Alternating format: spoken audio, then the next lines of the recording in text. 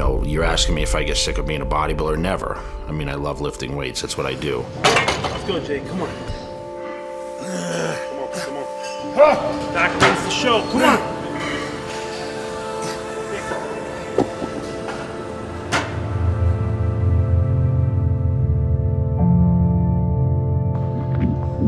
Almost every night, seriously. When is he coming in? When's he coming in next? What do you think people think when they see Jay in the gym? Most of them can't believe that they can get that big. Be honest with you.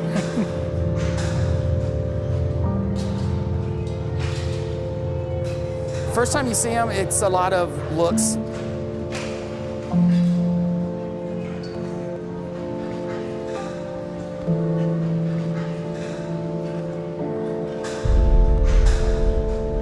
Everyone goes, shakes his hand, interrupts his workouts, takes pictures. Oh, thanks, man. Appreciate it.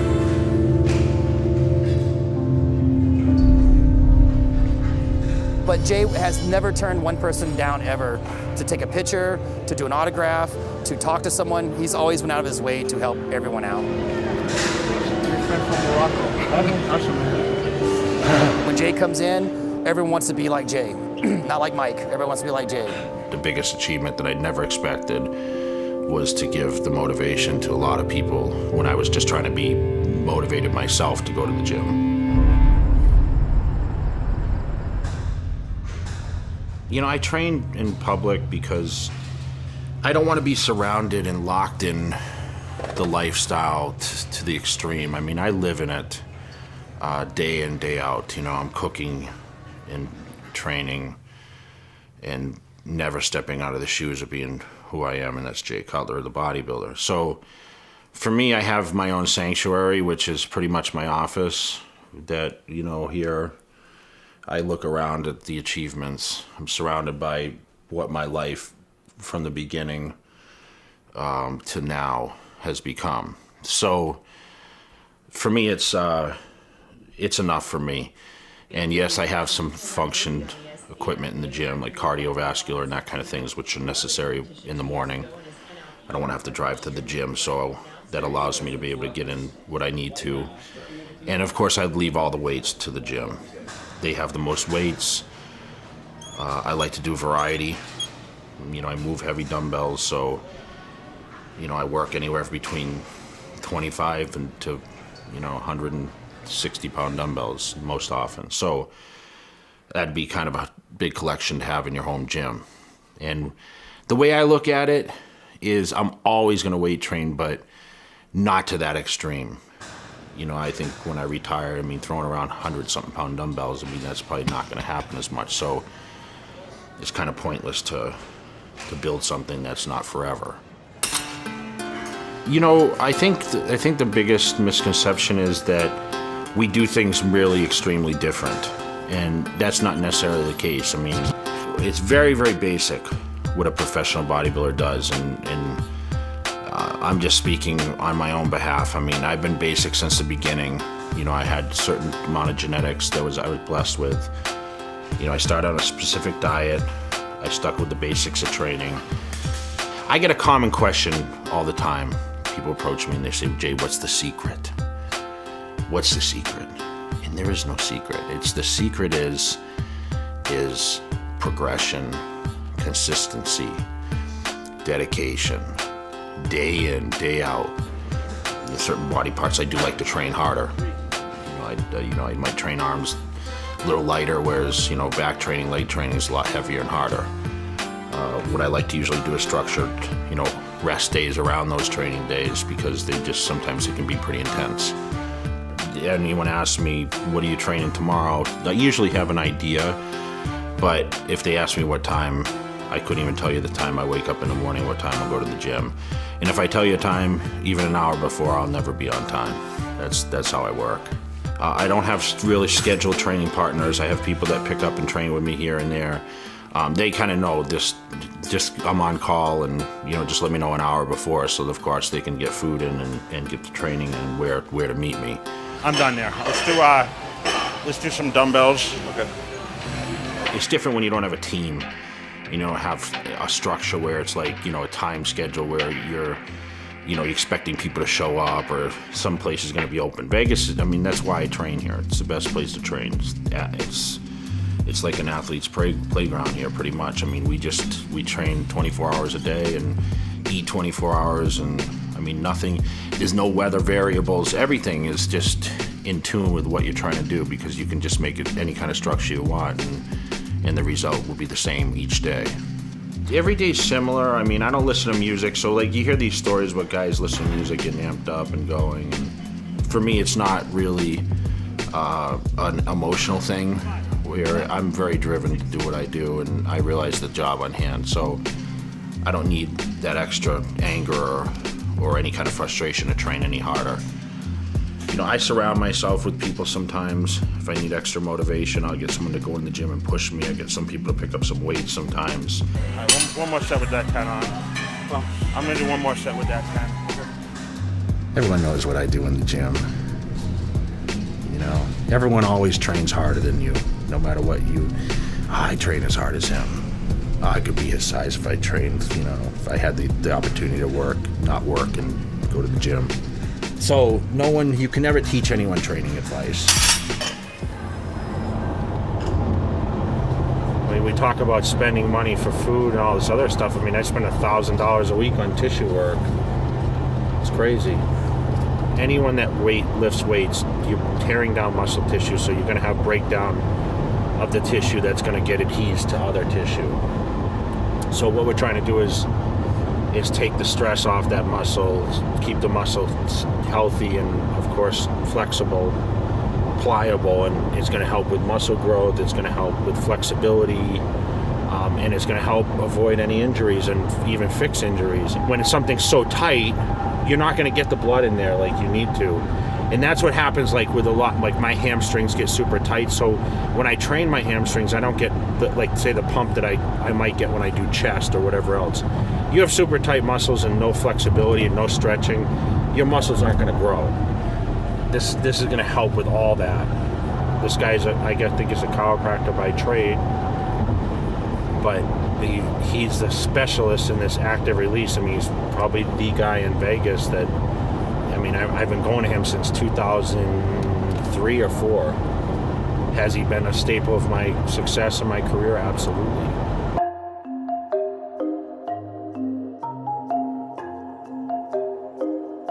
So I want to do the hamstring and the lat, of course, and shoulder. All right, very good.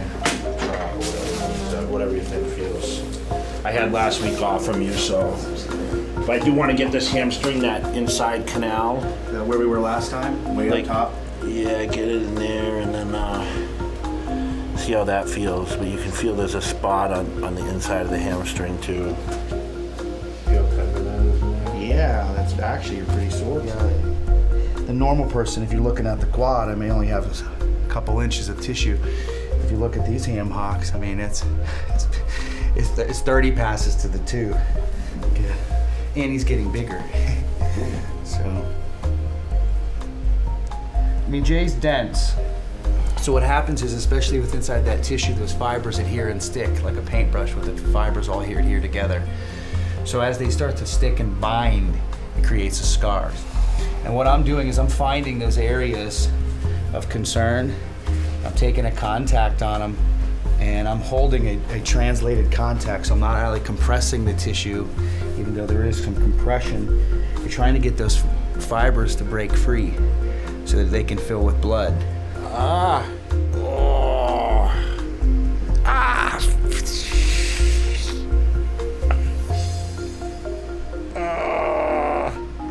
Oh my goodness. Oh my goodness. Oh, right there. Oh. You have to laugh, it hurts so much, no? That felt amazing, though. As much as it hurt. The biggest and most impressive thing is that each year it gets better. I deal with a lot of world-class athletes, thousands. A lot of guys post-season, there's a big change in their physique. Jay stays pretty much a specimen, if you will, year-round, looking great. Right in there, bud. Yeah. Is it the hamstring? Yeah, that's a hamstring with a little bit of adductor. Good, come back.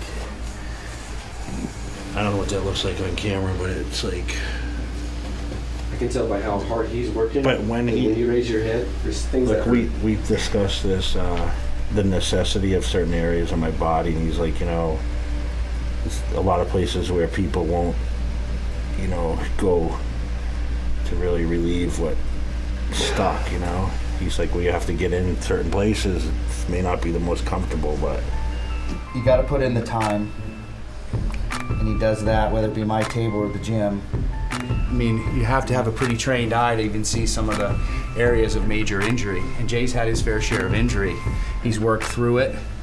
If you were to look at the recovery rate in which he had on the bicep, you know, it's a little bit of luck, great surgical, but great rehabilitative effort. I mean, just sometimes that you can't rehab. It's like putting together two ends of a paintbrush. That's a feat, man, right there. That's a huge feat. See where it's tore? You can see a little bit when I do a front lat twist. See that indent? You can't see it as. You can see in the right light. When you get under the stage lights, you can see it.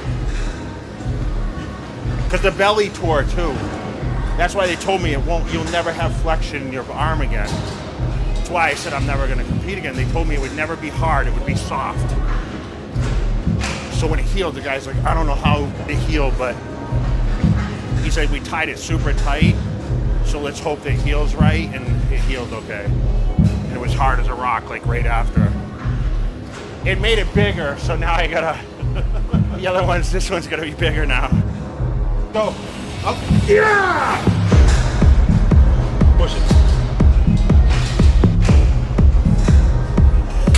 The unique thing about me is I don't have a set schedule, so it really varies on day to day how I feel, and when I train is determined on how my body feels. Typically, I go by the basic guidelines. Is I try to eat 3 or 4 meals before I train for sure. Most importantly is my sleep. I need to make sure that I sleep enough, which is really only about 5 hours a night, 4 to 5 hours. But typically, I train really, really late. I avoid the crowds. I don't go by any set schedule, and I don't train on a specific body part schedule. I just train specifically how my body tells me that I need to. So if I'm scheduled to do back or chest on a certain day, I might switch it and do legs. Sometimes I group body parts differently. It kind of go by feel. If I'm really sore, I'll take a day off. I don't have a set day off schedule. Like most people take a Sunday off. I don't do that. I just regularly go by feel, and that's helped me gain great success all the way along my career. It seemed to be the best thing for me. Up, back! Let's go. Up, back! So I like to keep the weights very heavy and do lower reps. And obviously, what happens is when you train with as much volume as me, you can't do as many repetitions because you'll just burn yourself up. I mean, you have to have one or the other. Either you're gonna do less weight, you know, more repetitions and less sets, or you're gonna do a lot more sets, heavier weights and less reps. So I choose to do the heavier weights, less reps, more volume, pump the muscle, keep filling it up, hit the angles.